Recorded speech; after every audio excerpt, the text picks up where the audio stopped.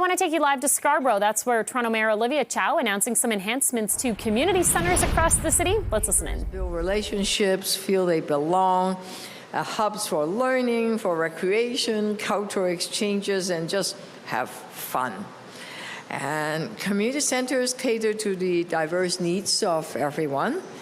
And whether you see a knitting class that is happening right now, or recreation places, during school time, they can come after school, learn new skills, play sports.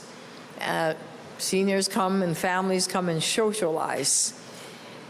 But many of our Toronto community centers are aging. And sometimes the washrooms, the hand dryers don't work. Some of the doors don't lock. Some of the equipments are several decades old or longer. And I've been to a good number of community centers. They need some fixing, sprucing up, and some repairs and upgrades to make them work better and a welcoming place for everyone. So today, I am launching a community center refresh. We're going to fix up our community centers. We're going to paint, repairs, ceilings, wall, washroom, structure issues. We are getting our community center fixed and back on track, and because we know a lot of people use them. We're committing to refreshing 30 community centers by the end of next year. And these centers are chosen based on the highest need, highest use, plus where they are in the city.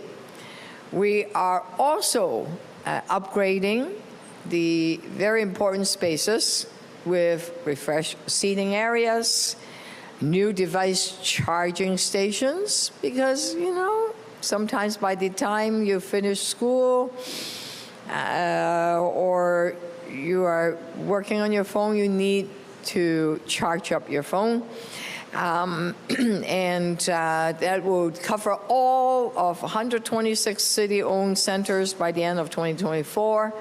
We are fixing things that are not working, and we'll have Wi-Fi access throughout all our community centers, just like our libraries, which is very important. We have it in most of them, but not complete. We want to make sure everybody can stay connected and engaged. And when we revitalize spaces in a community center, people feel welcome. They feel that it's a place where they could belong. And this is made possible by the Back on Track funding of $50 million. Where did that come from? That came from the New Deal, from uploading the Gardner is a piece of that funds. This Back on Track funding will breathe new life into a city's beloved indoors and outdoor public spaces. When we invest in refreshing our community centers, we're investing in the well-being of these neighborhoods for generations to come. Together, we can fix what's broken and get our city back on track. Joining me today to speak about these community centers is Howie Denton. Come and join. That's responsible for all the parks and recreation programs. Howie? Thank you, Mayor Chow, and good morning, everyone. I am so thrilled to be here today on behalf of the team in Parks, Forestry, and Recreation. As the mayor noted, our community centers aren't just buildings, they are the heartbeat of our neighborhoods and the hub of our communities. In a center like Port Union, where many seniors gather to socialize, come together, do arts and crafts, take a yoga, it's important to provide them the kinds of spaces and amenities that they need to do so comfortably. And as the mayor noted, the Community Center Refresh Program is something that we've not done before in this way in the city. We've created a vision for improving our spaces, modernizing them through aesthetic improvements with paint, comfortable furniture to be seated in, and noting that all of our community centers will have public Wi-Fi, free public Wi-Fi by the end of this year. Providing things like charging stations are an important addition to these spaces as well. Painting includes remediation work behind the walls. These are complex projects in some of our community centers, very large buildings, and so we will be doing that over the course of the next several months to, as the mayor noted, have 30 completed that are in most need. We think this is a really important opportunity and investment to make and would not be possible without the Back on Track funding. I'd like to thank Mayor Chow for her leadership, as well as council for investing in parks and recreational facilities, and we as staff look forward to embarking on this project and making a real positive difference for the people who use these centers. Thank you so much. I'll pass it back to Mayor Chow for taking any questions. You want me to paint first and then answer some questions? Do question first? Okay. Or else I can splash paint in all of you. No. Yeah. I want to ask a little bit more about the funding, because you mentioned it's coming from the new deal from the governor. Does it have anything to do with the funding that was announced earlier this year from the provincial government? There was $200 million announced at that time for municipalities, specifically for rec centers. Is that anything to do with that? No. There are different, the new deal have different components. This component come from the uploading the Garner and the DVP. We freed up about $2 billion and $500 million going to TDC. And some of it is going to all our infrastructure, including City Hall, Mallasman Square, etc. And then a piece of it is coming to Parks and Recreation. I put aside $50 million for a Back on Track fund for the smaller projects, not those huge TDC big structural projects. And this Back on Track funding is to do immediate things that could make the community centers and parks work better. Benches, fixing the washrooms, all of that stuff, painting, things that rusted, get new equipment. There are stoves that are 4 decades old. Buy some new equipment for the community center because it's really well used. So how the money gets spent is depending on how much use and what are the needs, right? So it's based on priorities. And this is 30 that will be fixed up by the end of next year. How many total are there in the city, and will any of those, the rest of the list, get any refurb in the years ahead or months after that? That's a very good question. There's 126 community center, and there's city-owned centers, and by the end of this year, we will have charging stations and Wi-Fi connectivity. Those we're going to do, and we'll make sure some of those very immediate things, like everyone needs to use a washroom. Okay, we'll fix those, right? So smaller things we'll do quickly, but the more structural things we may take longer. So some will be done by the end of this year, others will be end of next year. But 30 in total will be by the end of next year. Those are more in-depth stuff.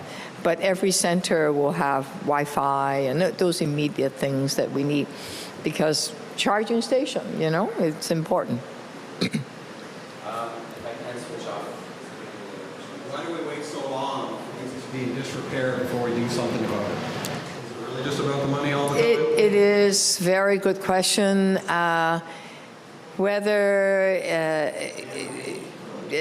Well, it's not just paint. This is not just painting. Remember, this is furniture, fixing washrooms, hand dryers not working. You have to repair the whole unit, right? So you have to take it out and put it back in. So these appear to be small things, but you add it up, it's quite a bit of money. And for many years,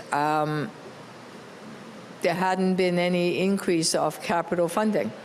And if you ask Howie, he will tell you that the budget has been flatlined, and as things are getting older and older, and they're broken. When they break, what happens to them? They stay broken. And it's about time we fix them.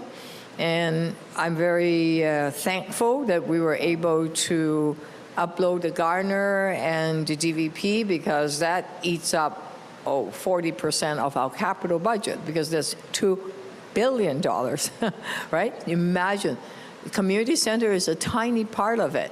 City Hall, the roof is leaking, is a slightly bigger part. Mel Osman Square, it's leaking into the underground parking lot. That's why the fountain is not working right now. They can't turn on the fountain. People love their fountains. Can't do that because for many years, things have not been repaired. So I want to fix it. I want to, because it's a priority. It's so well used.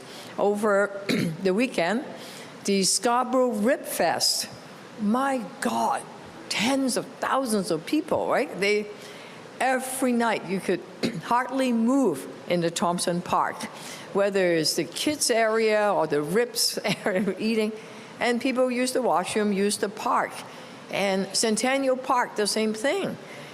Jerk Fest is going to be there every weekend. It's really well used. Why haven't we fixed it before? We hadn't had the funding, and for me, it's now a priority, fixing what we have, refreshing, making sure the community centers and all our infrastructure is in good state of repair.